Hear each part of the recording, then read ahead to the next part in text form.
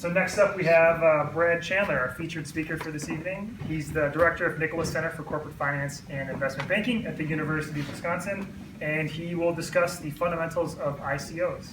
Brad Chandler. Thank you. Appreciate you guys coming out. We decided to launch a course at the business school this year on cryptocurrency, and I'm going to be teaching that. And so I thought it'd be great to get together with this group and go through some of the material for the class. And I thought it'd be great. You guys could be a little bit of my guinea pigs, help me think about what makes sense, what doesn't make sense, help me think about how to improve this module. What I'd really love to do is develop a world-class kind of cryptocurrency blockchain class at the university.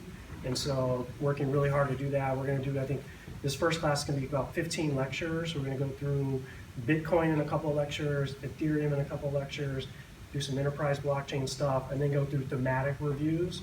One of the thematics will be regulation. We're going to do valuation. We're going to do this, which is initial coin offerings, and then a few other things. So I'd like to make, my goal is to make all of that stuff available to everyone. It's obviously, we're doing 15 lectures. You could do 15 lectures on every one of those topics.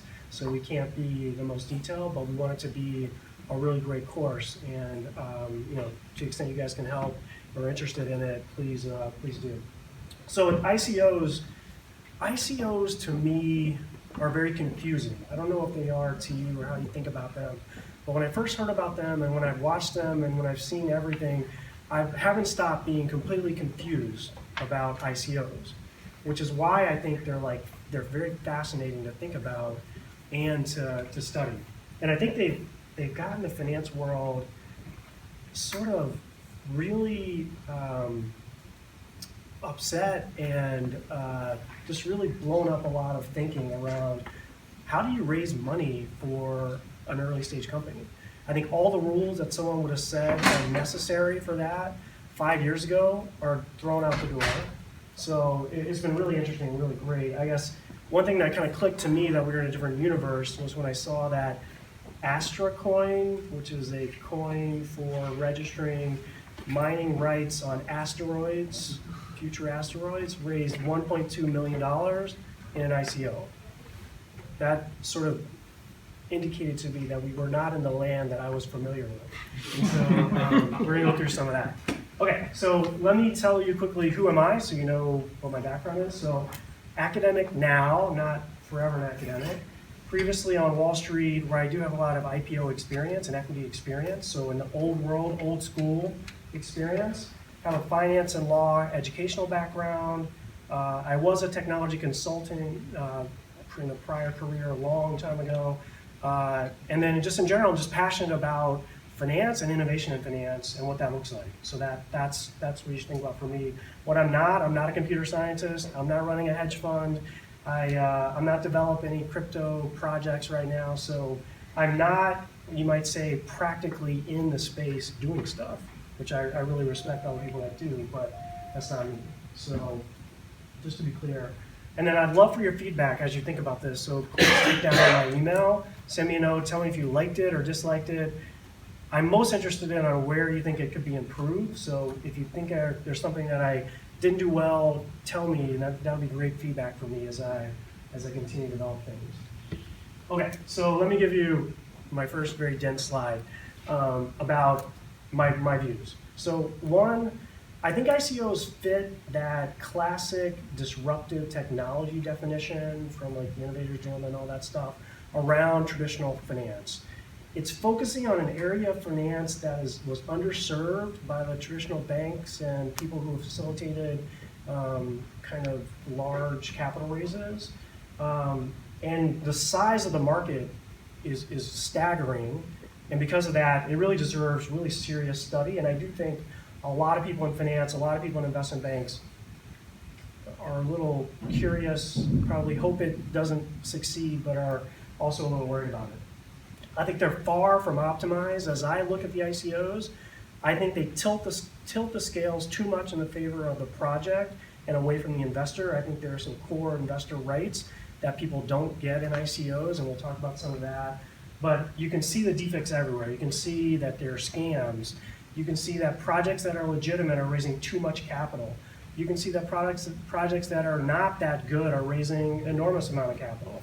So there's a lot of problems, and I think from that perspective, the investor posture needs to be a very cautious one. And I do feel like that it is much more of a trader's market than an investor's market. So a trader says, I'm going to buy this with the hope that I can sell it to someone else for whatever reason at a higher price. An investor says, I'm going to put my money to this at this valuation because I think it is a really good return on my capital based on what I know about the value of the project going forward.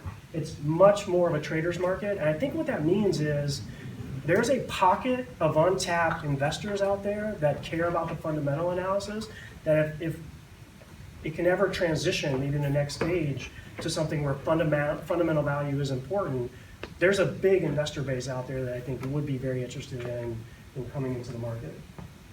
So today we'll talk about what is an ICO, how's the market doing, how do they compare to IPOs quickly, how do they work from a project standpoint, are they good investments, and what are the other kind of interesting perspectives that I came across.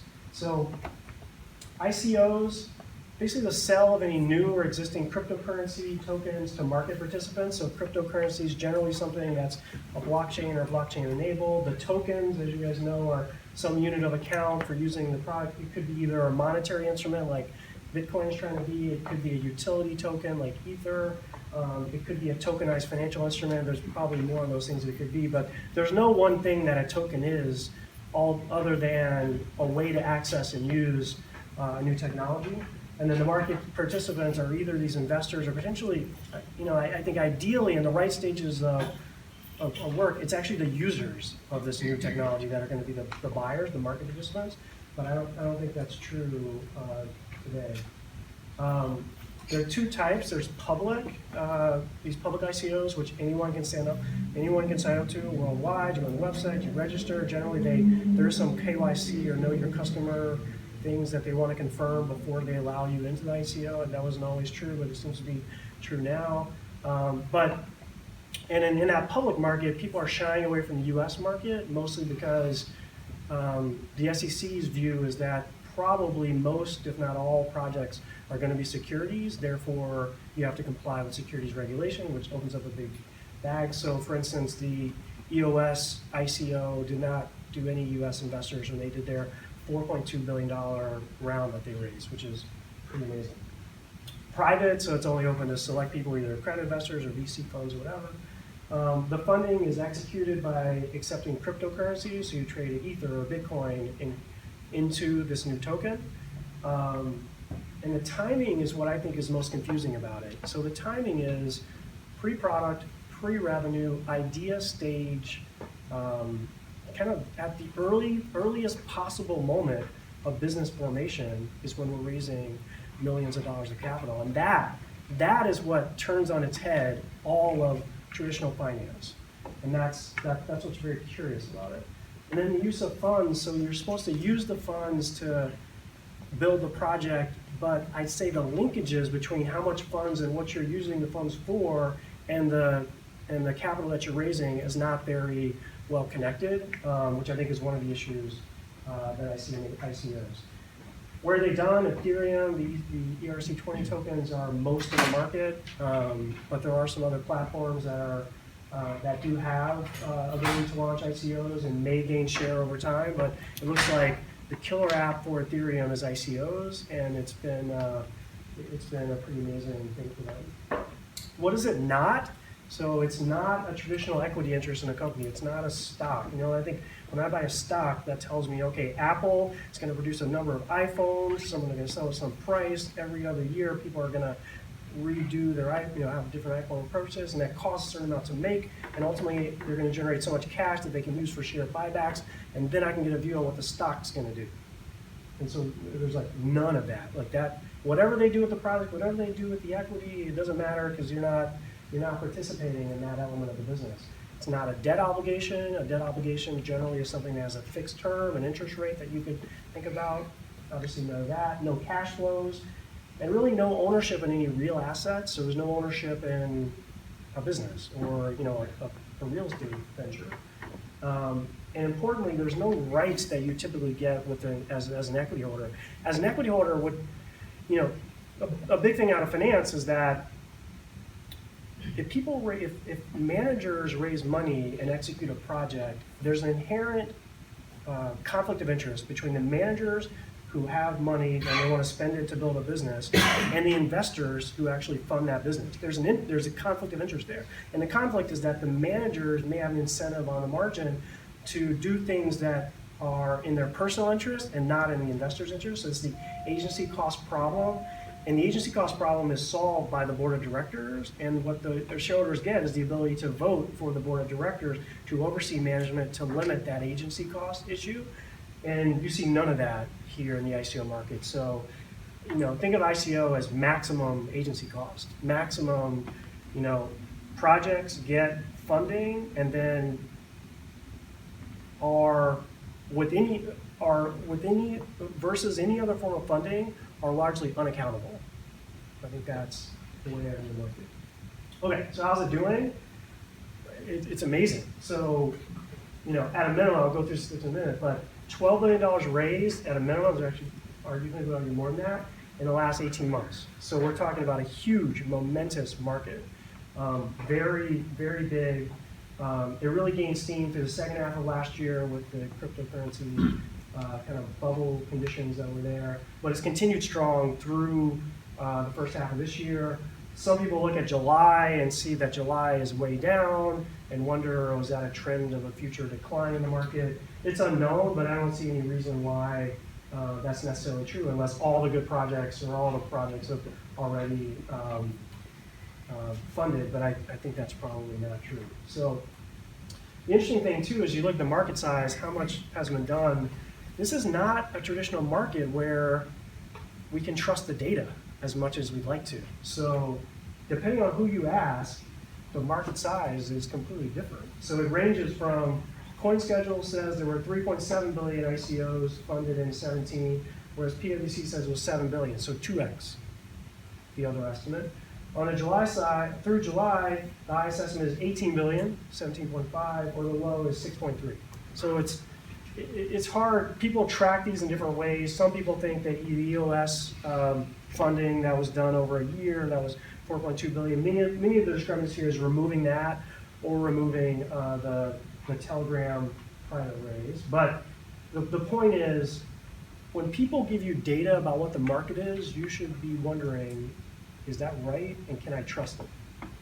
So, but what you're saying there is that July last month was kind of sort of 2x 2017. Sorry, through July. So the first half. Oh, through July. Yeah, but yes, still through July, double what it was last year. Yeah, well, so the Wall Street Journal had an article in the last several months about the portion of these that where there was no website. Yeah. People that on the management team didn't really exist, yeah. Or at least couldn't be found, stuff like that. Yeah, I think there's some of that, and I think there's some categories. They were finding like a majority of it, though, not some. What? They were finding a majority. So, this is again, Wall Street Journal headlines I think can be very misleading. And what they want to do is they want to find the most incendiary or the most exciting thing to tell you, right? So the Wall Street Journal article was by this, they had this group, the Sadist Group, which I don't know anything about them. I read their report. They said 80% of all ICOs are scams. And that was a big headline, and that was Wall Street Journal picked that up.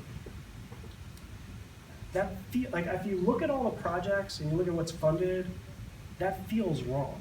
That just doesn't, I don't know, it just doesn't seem right that 80% are scams, because I can show you a bunch of legitimate projects. You might say that they're very risky, that they may not actually build what they said we're gonna build, but they're not scams.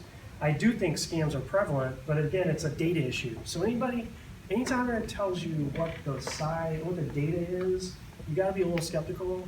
The other point I've seen that I really like is some people say 20% is scams versus the 80, so kind of flip it. Certainly scams are a major issue and are a big part of the market and a huge problem. We know that. So I don't care what your statistic is, I know that's a problem. Whether it's 20 or 80%, I don't really know. But again, investor beware that major part of the industry is a scam. And that's and people are doing sort of the typical thing that the securities laws were created for. Securities law were created because people are manipulating the stock market in very typical ways, and so the securities law said, okay, the pump and dump stuff, like you can't do it. And all these other market manipulation things, like you are by this law forbidden from doing some of these things. So more regulation. The upside is that probably less scam, less market manipulation. The downside would be probably less innovation as well. Okay, I don't want to dwell too much on that, but it started in August 13 by this guy Willard, who said basically at like a conference, hey, I'd love to have this new idea. People would invest along with me. Raised 500,000 Bitcoin at the time, worth about 500,000. And then here are the first wave of ICOs. And clearly the most important there is Ethereum in August 14. It's hard to see, I know. Ethereum in August 14 raised 18 million, all the way down to the DAO, which became at the time the largest ICO at 152 million. You'll notice though in the early stages that these are pretty small numbers. In general, Ethereum, think about how great of a project Ethereum is, and it raised 18. The DAO, which was had a lot of promise, but was fundamentally flawed. 152 was earth-shattering at that time. And then let's compare today to the largest now, EOS, 4.2 billion. By the way, that's larger than every other IPO except one in 2018. So now that's something that gets the attention of all the Wall Street banks that care about their equity businesses. Telegram raised and two raised, 850 million each. And then basically the largest ones are raising kind of, between $1 and $3 or $5 million. That's a lot of money. That's a lot of money for sometimes, I don't know, I think the US team is 15 people or something. 4.2 billion is a lot of money, and they can't even tell you what they're going to do with it. And I think the US is very impressive in that they raised 4.2 billion. I worry though that of this agency cost problem, basically. And then what else do we know about the success and failure rates of ICOs? So just trying to look at some data from PwC. Only 30% of the announced IPOs actually close. So 100% say they're going to ICO, only 30% actually ICO. And then of the top 20, so the larger projects, 65% are actually on track to meet their product development outcomes. That stat is a little confusing to me. One, the top 20, that must be, you must be selecting for the best at that point. But I guess, I think that's the takeaway. If you're the best, you're on track with your product development, which is inherently risky, about 65% of the time. So if you're investing in not the best, much lower than that. But how are you supposed to know which is the best? It's a good question. I think one barometer for certainly is valuation at an ICO. So the fact that EOS can raise 4.2 billion tells you something about EOS that is not true of some of their competitors. And I think that's one indication is valuation at ICO, although that gets tricky because there have been a lot of really terrible projects that have had really high ICO valuations and then just completely tank when the token starts trading actively. So I don't know, I think it's about sort of the team's track record, the idea, understanding the idea in layman's terms, what does it mean that you're doing? Someone's developing a smart contracts platform to take on Ethereum. I kind of know, I see what a smart contract is, and here's some way we're different than Ethereum, that's EOS. I think you can start to understand a little bit of what that is. Someone's trying to register mining rights for asteroids. It's just common sense in some ways. I think. But I'd love to hear what you guys think. Many of you maybe will know this much better than me. So yeah. You should probably read the whole white paper before you. Yeah, read the whole white paper if there is a one. If there is one. Yeah. Did you have a Yeah, on the valuation standpoint, obviously everybody's taking all this undiluted capital as much as they can off the table. But a good heuristic for good ICOs, if you understand what they're trying to do and you know the team or like the team, you think they can execute, just like a typical investor.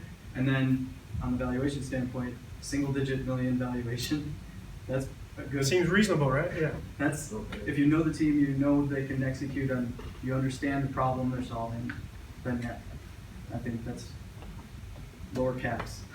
But I'm still, by the way, I'm still old school finance. Warren Buffett hates cryptocurrencies, but I'm still with Warren Buffett when it says, never invest in anything you don't understand. Like that's his like fundamental view. And so I won't invest in anything that I can't understand what is that they're trying to do. And I think he hates cryptocurrencies. I think partly because he doesn't understand it, and partly he's not a very good tech investor. I think that's been pretty clear. He had Apple correct, obviously, but he saw Apple more of a retail play than a tech play, so he's not an early adopter of new technology, for sure. All right, so how do they compare to IPOs? So I told you that the ICO market is about $6 billion in 2017. The IPO market's $190 billion, so it's a small fraction. It's small. Number of deals, kind of double number of deals, but that's not really like representative. This idea they do take a token versus an equity interest in a company. Valuation, very crude, I'd say, in a ICO, and it's set by the project. So it's unlike that in an IPO where valuations are first of all you have a forecast, then you have some companies that are similar trading in the market, and then the valuation is actually set by an underwriter as opposed to the company. The company stage, pre-product, pre-revenue. On the other side, IPO companies are post-product, post-revenue, post-VC investment. This is like, they're generally growth companies, but not early stage. And then importantly, the investor type. So retail investor is really critical on the crypto side, whereas on the IPO, retail is kind of like secondary. You care about the institutional investors that can put in huge orders into your order book when you're trying to raise this money. So they start with the people with the most money, figure out what they care about, and then think about retail after. So this is again about the disruptive innovation. They care most about the institutional investors. The ICO cares about what you think and what you're willing to put in there, and what you're willing to invest in. And that's not a market that the banks have been going after as intensely. I want to spend a minute on fundamental value. So as I think about ICO, how does an investor determine like valuation?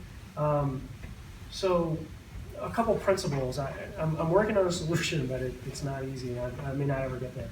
But there certainly has to be a supply-demand analysis. There certainly has to be something that says fundamentally who and how many want to use this, what's the supply of this thing, and where's that meet? Like that's ultimately has to be a part of it. The problem is that those determinants are largely unknown, and because of that, you need to have a pretty big discount rate on any ICO, like the discount rate being the rate of risk. The risk premium is going to be very, very high in an ICO because you don't have these like known determinants, and you don't have a functioning product, and you don't have evidence. So if you are investing in an ICO, you should expect a return that is way above what you would invest in a traditional capital markets, in a traditional company, because the risk you're taking is way more. So they have to deliver to you. I see things of 50%, 60%, 70% returns. They need to do that to compensate you for the risk that you're taking. That's not unreasonable. So in my mind, we'll talk about this in a minute, there's kind of ICO tokens should have sort of extremely low values in general. So like you see 10 cent is like a very common one. Something like that depending on the supply demand, because there are all these probabilities out there that are unknown that you have to guess. And so ultimately it's got to have a low value because I got to discount it to like every stage of development that it might have. On the IPO side, it's very well oiled, right? You have historical financials, you have projected financials. You have Wall Street analysts telling you what they think. You have comparable companies who have businesses, similar businesses, and they're operating. You can get a sense for the market. There's usually a valuation multiple, whether it's a revenue multiple or an EBITDA multiple. It's kind of a crude thing. And then you apply a discount or premium for the IPO.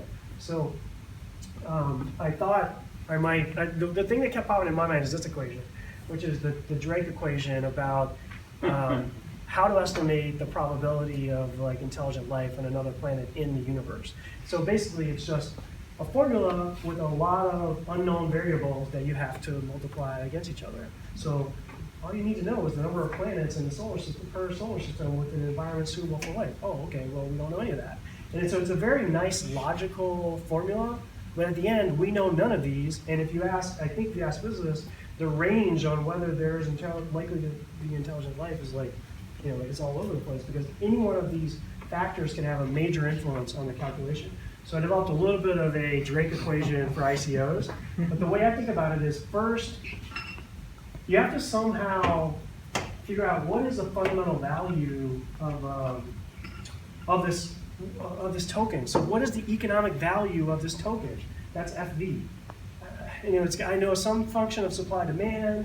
I don't like, there's some valuation techniques like the monetary base. I hate those things. But somehow you have to come up with a fundamental value, FV, that's based on an as designed, what I think this thing's going to do. Then you have to discount that with an appropriate discount for early investors, so D. For IPOs, that's 10 or 20%. For ICOs, it should be higher. Then you've got to go through the probability screen. So there's competitive risk. Will this thing actually be able to compete in the market with both blockchain and non-blockchain solutions to this problem?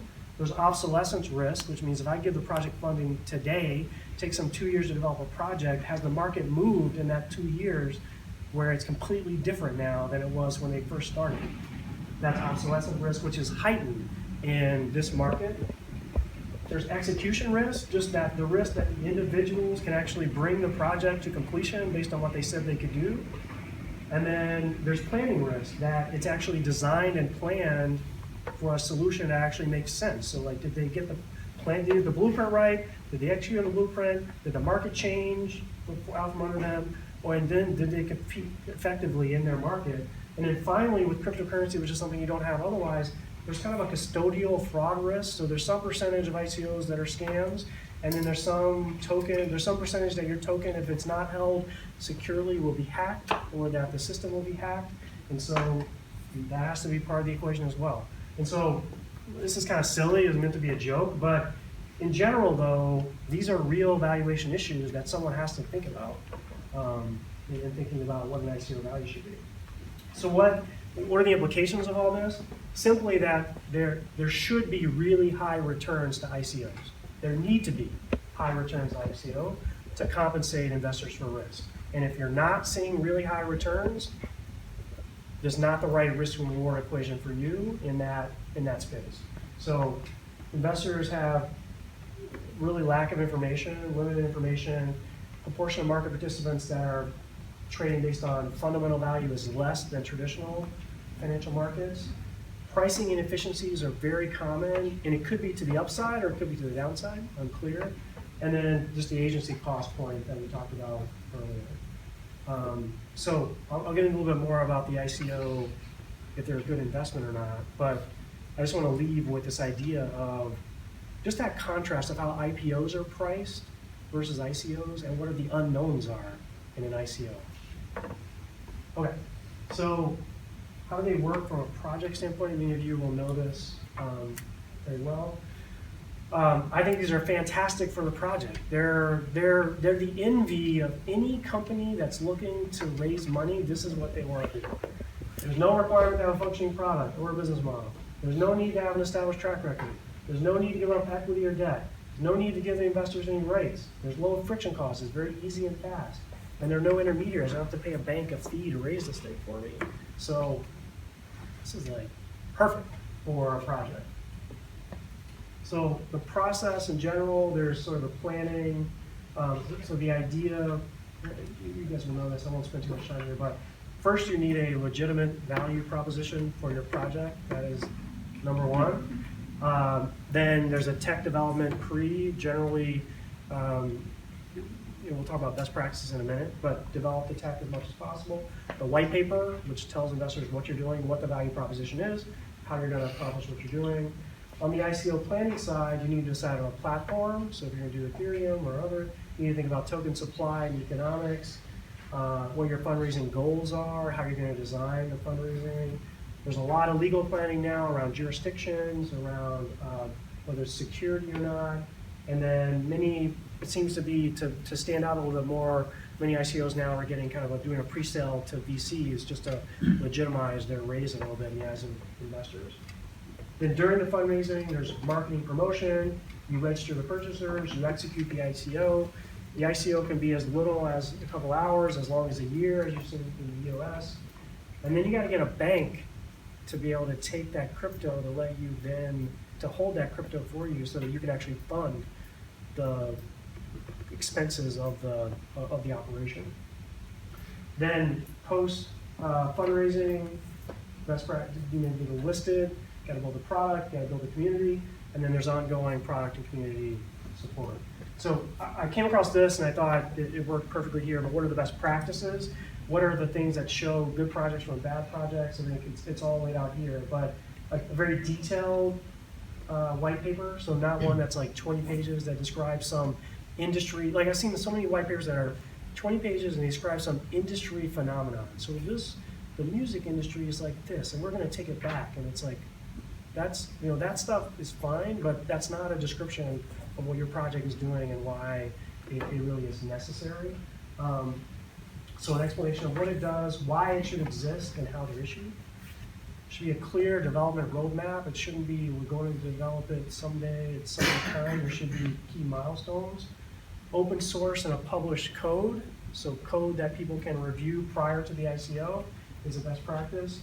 Clear and fair pricing on the sale. So one thing I really hate is when an ICO comes out and you can't tell what is the valuation implied by the order that I'm sending in. That seems to be a basic right in my mind that investors should demand, is if I'm gonna send in an order for this ICO, I at least wanna know what that means for the valuation of the whole project. And you'll see that it gets a little tricky, we'll talk about that in a minute, but many times you don't know what the raise, what percentage of the supply of tokens the raise will be. And that seems to me to be a no-go. Like if you can't tell me what percent I'm gonna own of the company, or the investors of the large are gonna own of the company, you can make the valuation anything you want. So it's a really important one. How much the developers or founders are gonna have.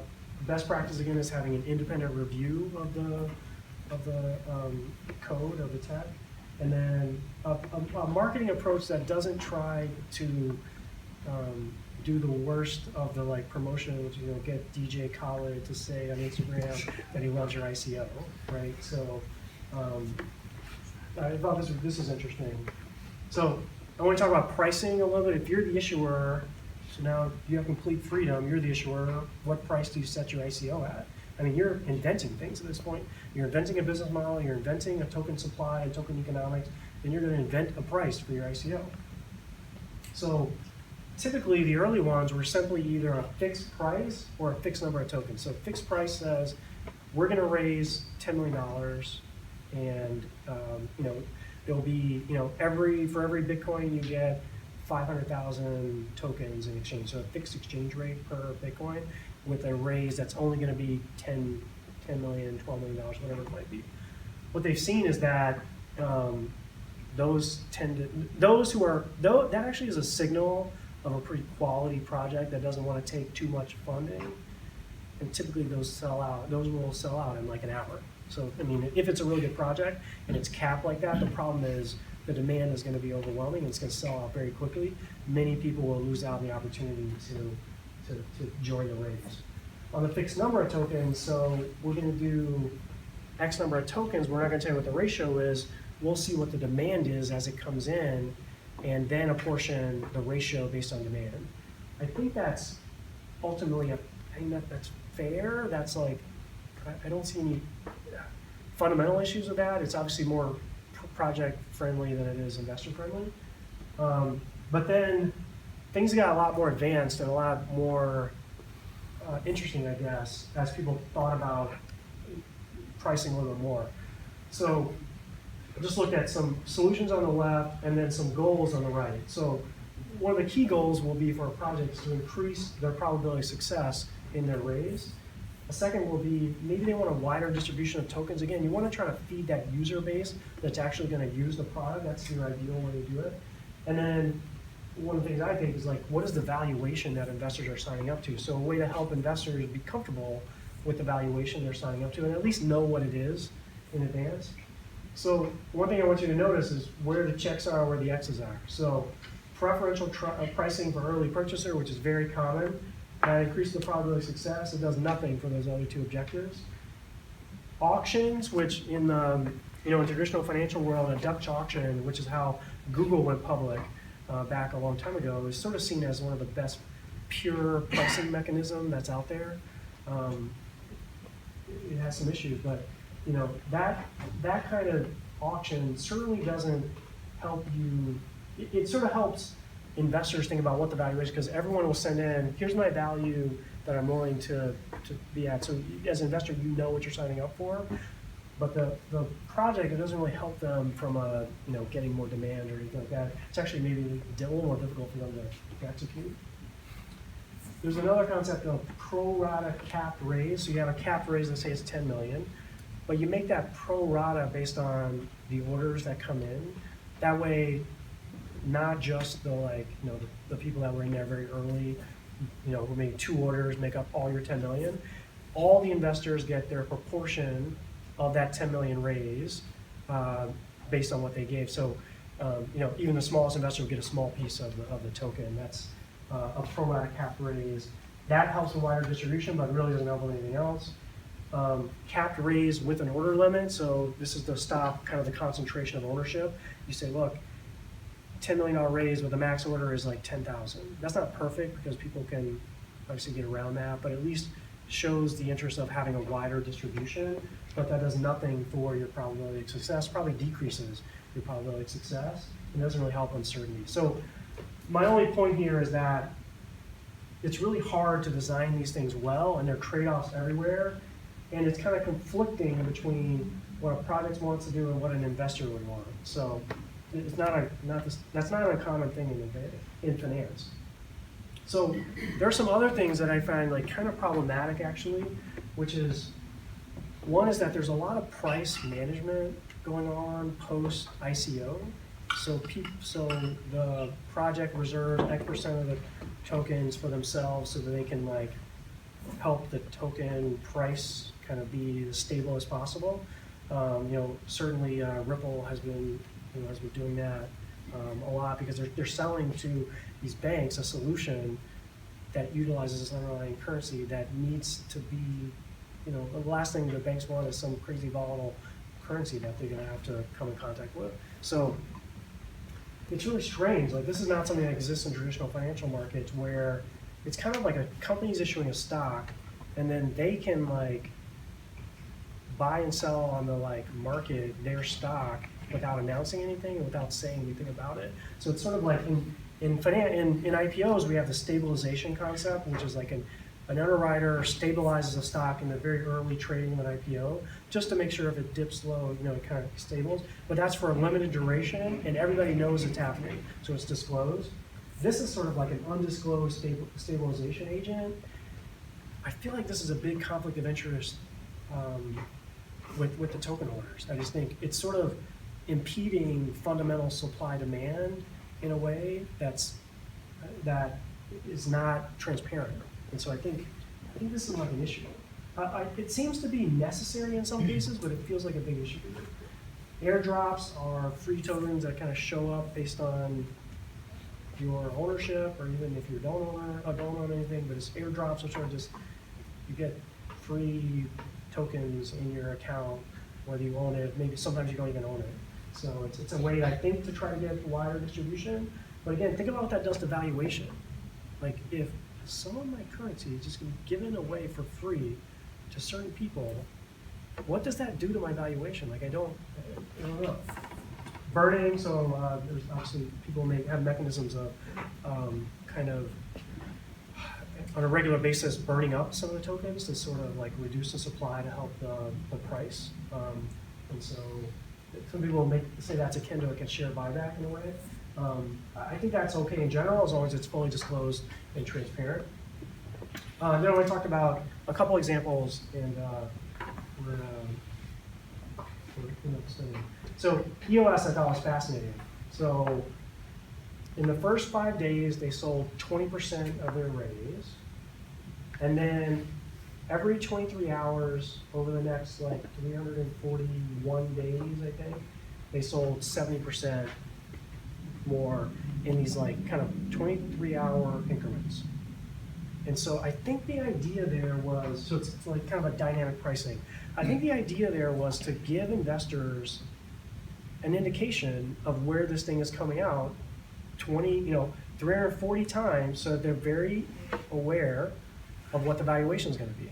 And also, if you do it over that whole year, anybody that wants to do it is going to have an opportunity to participate. So wide distribution, maybe some certainty of valuation, which I think is really good.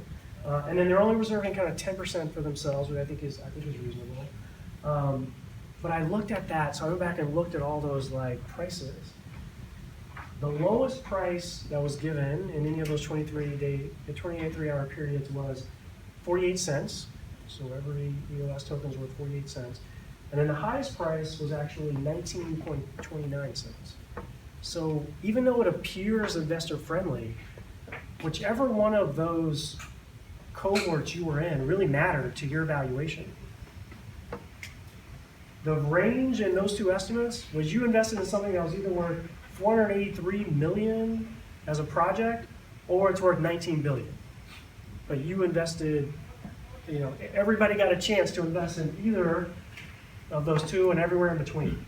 And you can see, as they're going through this process, how volatile their token is on these exchanges. So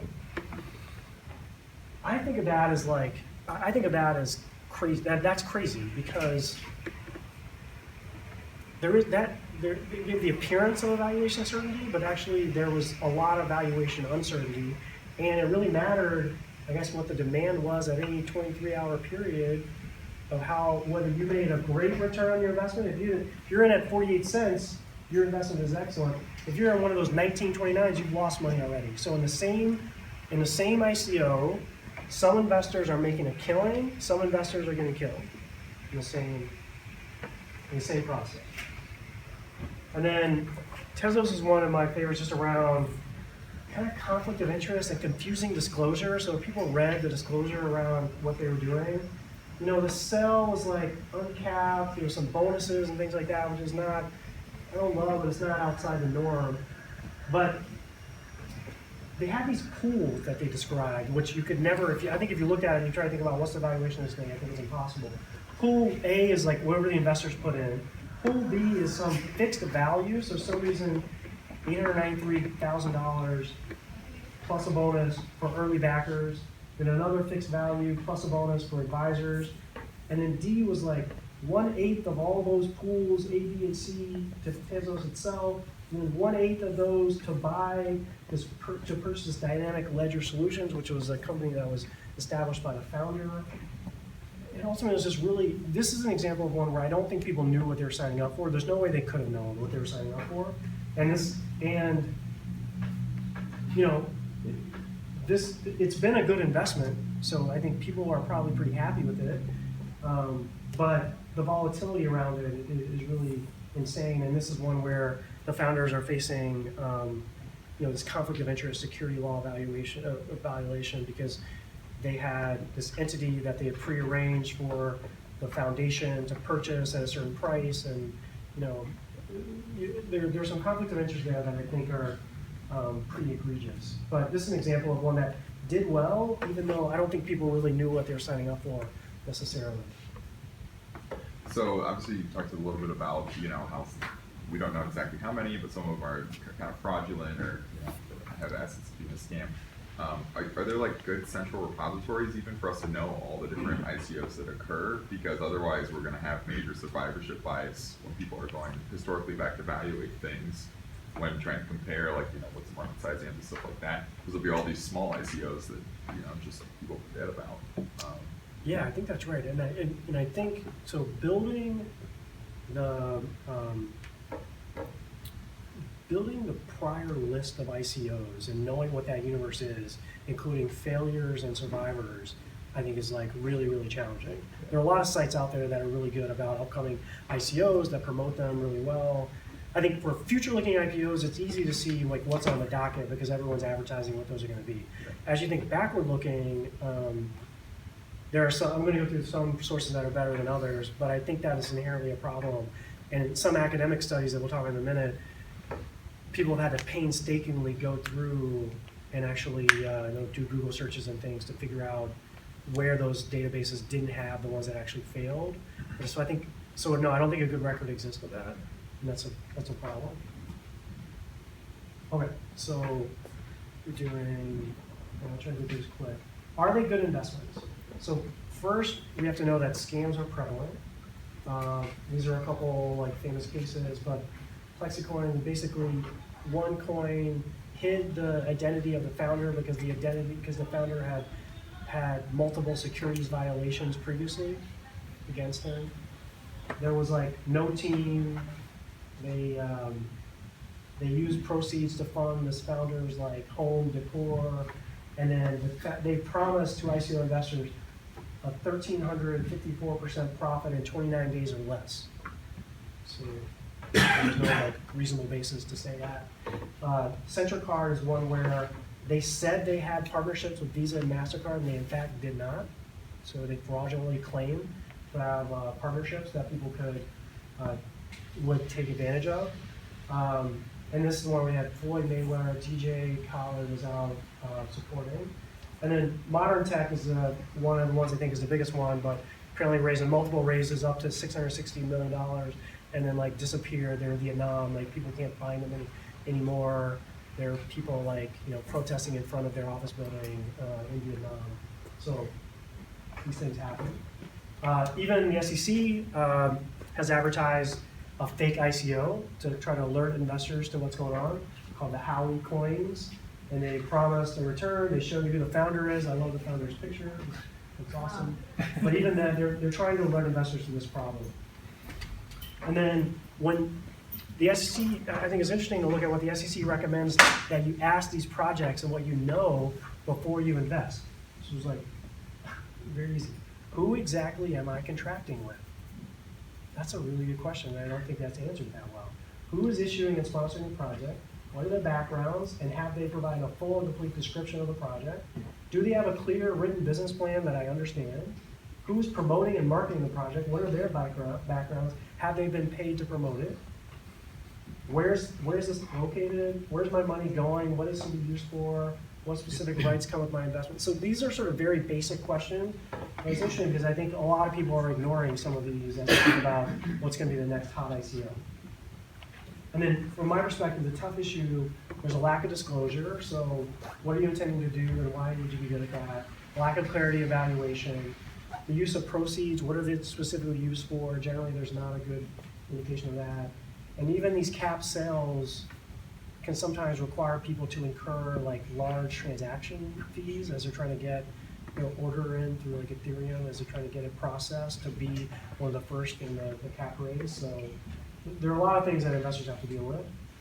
And then on top of that, this is Autonomous Next, I think, does a really good, really huge like thing on ICOs and really good stuff. I pulled a lot from their materials. They've done an analysis that suggests the returns that 60% kind of underperform the general crypto market, which I think is the right metric. So on the left side, 34% are down, so down from ICO, and then on this side, I guess 47% are worse than both Bitcoin and Ethereum. 41%, only 41% are better than both. So in my view, you got to think about it. If I'm investing in the space, I can always invest in the bellwethers of the space, or I can invest in an ICO. ICO should give me a return in excess of what the bellwethers are going to do. So I think this is interesting. So picking ICOs is challenging. I think that's the point. And then I did a little analysis myself, not that sophisticated, but I do think a market-adjusted return is what's required. So I just took a list here, looked at their increase since the ICO. You can see the average is 232% increase, but the median is -10. So what it is people are knocking it out of the park on certain things, but then on average, on a median basis, they're losing. And then if you put that in a market-adjusted return, meaning what did Ether do during the same period, and how did you outperform versus Ether? they're down lower than that, although not necessarily materially lower. So anyway, I agree with this idea that it's difficult to choose winners and that you need to compare it to the overall market. And the hedge funds have had the same issues. So in general, the hedge fund kind of, if you look at these, this index of hedge funds, so it's not everyone, and certainly some have done better than others. But if they invested early, they're way up. Obviously, you would be too, or you are too. In July, they've had a pretty nice return, 2.5 time return versus kind of negative for the market as of July 17. But if they invested starting this year, their return is pretty low, and and Bitcoin obviously they haven't done much either. So hedge funds in the space are also feeling the kind of, in March 18 down 33% on average, but then in April up 41. So very volatile performance. And then lastly, I thought we consider just a couple other interesting perspectives. So academia started to do some work on this, like economists out there, I think they like these models as like interesting things. This is just ICO focused, but there's a bunch of articles that academics have prepared. I made a little list here. This is a subset of everything they've written on kind of cryptocurrencies or Bitcoin. This is around ICOs. A couple of interesting ones that I'll note is this one from these assistant professors at, actually it might be a PhD student at, and generally in academia, by the way, most of the interest is from either PhD students or like junior professors. The senior professors, like they're not gonna spend a lot of time thinking about this space. They got their tenure, they've thought about things for a while, they don't really wanna try to figure out this new space. So you sort of need the up and coming academics are the ones that I think are gonna blaze the path here. Okay, so this study found, so far they compiled 2,300 ICOs. They tried to do what you asked, which is go back and recreate the whole list of ICOs, including the ones that maybe have fallen away from given survivorship bias. They categorize the data sources that they think are best. So they prefer ICO data and ICO drops. If you're ever looking, they think they've tested and looked at all of them. They think they have the most accurate data. And based on average, they found that from the ICO price to the first opening day of trading, that generally their average returns are 179% for crypto investors in over like a 16-day period. And so they're finding very high returns, and I think they believe that is commensurate with the risk. Now their study ended, I think, in April, so they had some of the downturn, but maybe not the extended downturn. So obviously returns change like every month. I would note that that's average return, again, not median. I think you have a lot of outliers in this space, so think about what the median return is. And then they note that the survival rate for these startups after 120 days is only 44%. So only 44% of companies after 120 days are still around. So this is kind of interesting though. And then another one, this is more interesting to me, is to talk about why does an ICO exist? What is a good reason, business reason, why they would exist? And the idea is that the concept is that they're information devices, that it's a way for consumers to reveal their preferences about what they want to be built and what they will use, and to give an entrepreneur an indication that they would be willing to support that, the building of that community or that type of application. And I think that's right. I think that's a good idea. I don't think that happens very often, but that seems to be the purest idea. It's like, let me go to my community and source funds to develop this thing that's going to create value for that community. That seems to be appropriate. I think where we are today, it's not necessarily like that a lot.